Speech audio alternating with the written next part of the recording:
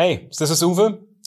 I'm CTO of Image Engineering, and welcome to the session Color and Spectral Sensitivity. So, what is color? Color is basically a human perception. And this human perception is formed by three components. It is the spectral distribution of the light. It is the spectral reflection of the object. And it is the spectral sensitivity of the observer, for human eye. So color is a complicated topic, and also the processing behind it in our brain is different. But we can use the so-called color matching function as a good model on how a human perceives spatial content, or so the different parts of the spectrum. So that gives us the X, Y, Z values.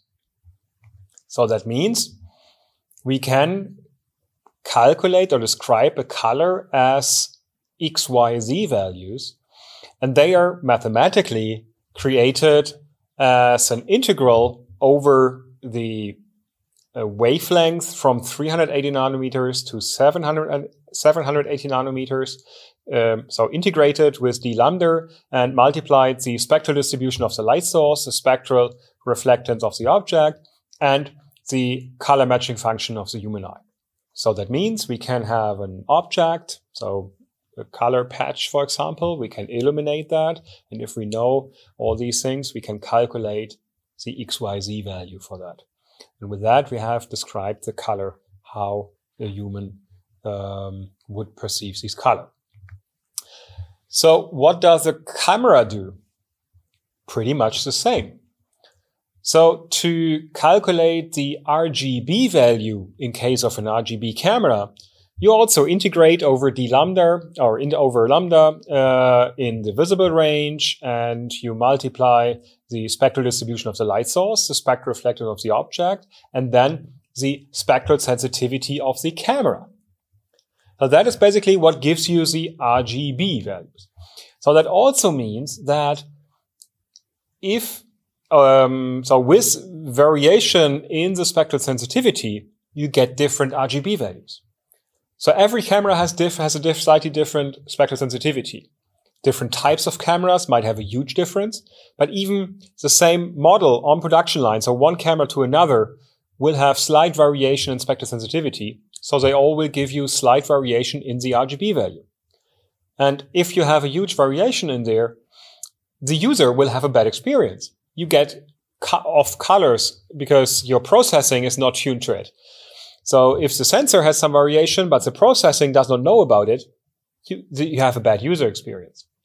So that's why you want to calibrate colors on production line. And we show you now here how to do that. So one method to do that is the chart-based method. So as the name suggests, you use a test chart for that. So it's a very simple approach. You take a test target. So for example, a color checker test target. You illuminate that, and then you capture an image with the device under test. And that gives you the RGB values for these color patches for this light source. And then you can do the same to get the XYZ values. So basically you take a measurement device to measure XYZ values directly from these color patches. And then you have the combination. For every patch, you have a pair so that you have RGB values and XYZ values. So then what you want to obtain is a matrix that does the conversion from your RGB values to the XYZ values. You will later on go from XYZ to like sRGB or Rec 709 or some other color space. But the core calculation is to go from RGB camera to XYZ. And for example, with a 3x3 matrix. This so you have the XYZ can then be considered as device independent because it will be a description of the color independent from the camera that has it. And the RGB is device dependent, but also the matrix is device dependent. So the camera will give different RGB values, so the matrix will be different. So how does that look like? Yeah, so as shown here, you capture a test target with your camera under test. That creates your camera data. And then you take a suitable measurement device that measures each of these patches, XYZ values. So that gives you the training data. And then you have, so in this equation, you have T and you have C, and you're looking for M. So that is a mathematical problem that you need to solve. Most likely what you do is that you first do a linear estimation first, and then have some further optimization where you iterate over it to give you a 3x3 matrix. What's the problem with the chart-based approach? I mean, a lot of people do that, and it's a relatively easy approach. The thing is, you measure the RGB of your camera, and the spectral sensitivity of the camera remains unknown. And you have to take the patches of the target and the light source as given. So that means the 3x3 matrix that you obtain is then optimized for the light source that you used and for the target that you used. And of course, if you use, for example, the color checker, you have 24 patches. 6 of them are neutrals and others are extreme. So you don't have enough colors to really represent real life. So you optimize for color checker patches, which do not really represent reality. So there is a better way to do that, and that's a spectra-based approach. So instead of measuring RGB and using the target as you have it, you can do it that you measure the spectral sensitivity, and then you can calculate RGB based on intended simulation data. So you can then just measure any light source or define some light source, but also just take some data of objects. You don't have to bring them into a production line. You don't have to bring them into the lab. You can bring, for example, if you use the in situ database, that's an image engineering product, you have 2,000 objects, skin tones, color, flowers, so many different objects measured really in situ, so on the living object. So you can bring all these into lab, but once they are measured, you can calculate or optimize your color conversion with that. So how to do that? Basically, it's the same approach that you use RGB and XYZ pairs for specific colors, but it's not that you take them from a color checker. You just take from your database. You just optimize that with the tools that you have, so that you define a light source, you define objects, and then you calculate the RGB with the spectral sensitivity of the camera, and you calculate XYZ with the color matching function. So what are the trade-offs? So the chart-based approach, yes, it is simple, fast, and easy. So you need a color checker or a color target, some lighting, and you can do that. So for a simple approach and academia and so on, you can do that.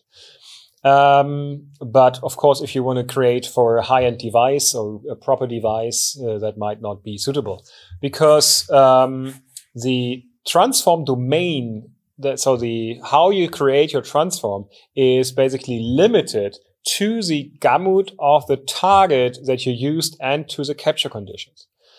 So basically you optimize for a color checker, but frankly speaking, I haven't seen a color checker outside the lab. I mean, colors in real life are different. The blue sky is different than the blue in a color checker. The green grass is different than the color checker. So you should optimize for that. The big benefit is if you want to, and in many cases you really want to, optimize your color correction matrix for different illuminants. So you want to have a different 3x3 matrix or conversion for an warm indoor light compared to a daylight outdoor, or to to your own light source that you bring with the camera. You want to have different conversions for that. If you use a chart-based approach, you have to have these light sources actually in the lab or in the production line to do that, to optimize for that. And that's a hassle. Having many different light sources in there, it's really a problem. So with a chart-based approach, with a spectra-based approach, you actually just do that mathematically. So you measure spectral sensitivity, and then you can calculate for as many combinations as you like. The other benefit is if you use a spectra-based approach, you are actually very well prepared to do some more sophisticated conversions like multidimensional lookup tables. So I made the example with the 3x3 matrix, but that is really the most basic approach to do that. Modern color processing is often done with multidimensional lookup tables. And if you want to do that, you actually need much more colors. You need to optimize for that. So then the spectra-based approach is your choice. So the only negative side that you have on the spectra-based approach is that you actually need to measure spectral sensitivity on production line, which sounds terrible, but it is easier as you think. Just a hint about, I already said there is the in situ database. So Image Engineering offers the in situ database and bundles actually it with the ChemSpecs product range. So there you have real life data. So we went outside and measured many objects, trees, leaves. We asked many volunteers, people, to donate their reflectance of their skin. So we asked them, hey, are we allowed to measure your forehead or your cheeks? To put it into a database, and many people volunteered. So we have this database, and it's part of it's a standalone product, but it's also part of other products, so that you can get access to this database and make better color conversions. So how do you actually measure spectral sensitivities? So the gold standard, so very accurate, is using a monochromator. The thing is, a monochromator is not a cheap device, and monochromators are made for labs. They're not made for production lines. So they will wear out very quickly. The motors are just not made for that. So you can test prototypes with a monochromator, but you don't want to do that on production line. A very good approach to do that is a filter-based system. So what you see here is a product that's called ChemSpecs Express. So basically, that's a halogen light source that back illuminates a set of 39 narrowband interference filter. So that means the device on a test captures an image of these filters and has then 39 measurement points. So from that, we can directly calculate the spectral sensitivity. So one shot, and you have your spectral sensitivity. The ChemSpecs Express is, as I said, designed with a halogen bulb. So that's, and comes with a calibration device so that you can recalibrate, every now and then, specifically when you have to change the bulb or if the bulb ages over time. So that's why production line might not be the best environment for the ChemSpecs Express. It's great for lab and, for small volume production lines, but for high volume 24/7, it might not be suitable. But for that, we have now the ChemSpecs plate. So that is the same filters as you have in the ChemSpecs Express, just mounted that way that you can put them into an LE7 light source.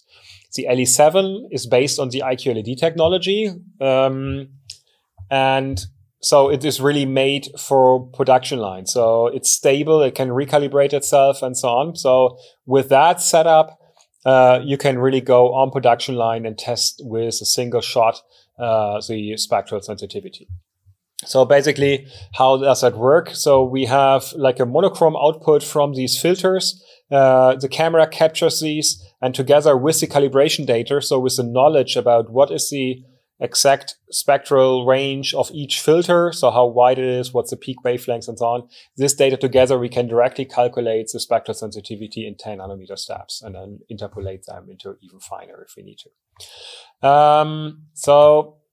Yeah, these are the different filters that you can use for that. So, or that we use in the ChemSpec. So that's a direct measurement. You capture a raw image, so it's highly recommended to use raw data for that, or it's a requirement. No problem on production line with that. You capture these images, 39 filter, and then you have a software so that you can get the spectral sensitivity. Based on that, you can calculate ICC profiles in the software or do your own further calculation as you would do on production line. If there is help needed, we do have experts for that can provide consulting how exactly to implement these things. If you already have an IQ-LED light source or thinking about to integrate an IQ-LED light source on your production line, also with that, you can do a spectral sensitivity measurement. And that's extremely powerful because the IQ-LED light source, calibration light source can then be used for many, many different things. So you do with the same light source, you do a shading, a gain calibration, you do defect pixel detection, but then white balance and so on. But you can then also do the color conversion calibration or the spectral sensitivity calculation.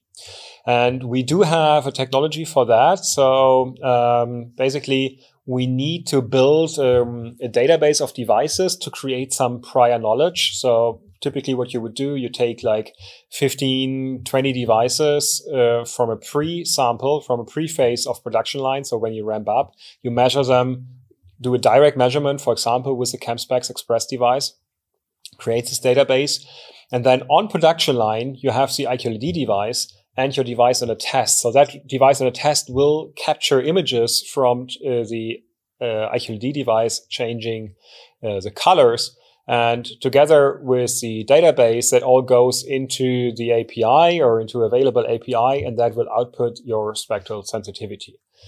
So what we need for that is basically 22 different images that are the 20 channels of the IQ-LED, plus a black, plus one like D65 white. So you can obtain these images in some seconds, so that you can really, and can synchronize everything with the IQ-LED devices and so on, so that you can really capture these 22 images in some seconds, and then perform the analysis so that you can go and have in like less than 10 to 15 seconds have a spectral sensitivity per device. So how does that look like? Basically your DUT, so your device will capture images while the calibration device will change its color channels. So that means that you do this 21 times plus a black, store the images, provide them to the API, and it will then do the calculation. Okay, and that will give you the spectral response, and then further on you can, based on that, you can do calculations, optimization to get your correct color conversion. Okay, thanks a lot for listening. I know a lot of details. Our team is very happy to provide more or answer questions, provide more details and do consulting on that. But I think you get the idea that IQ-LED, ChemSpecs, and our expertise is very valuable for your production line needs. So thanks a lot for watching.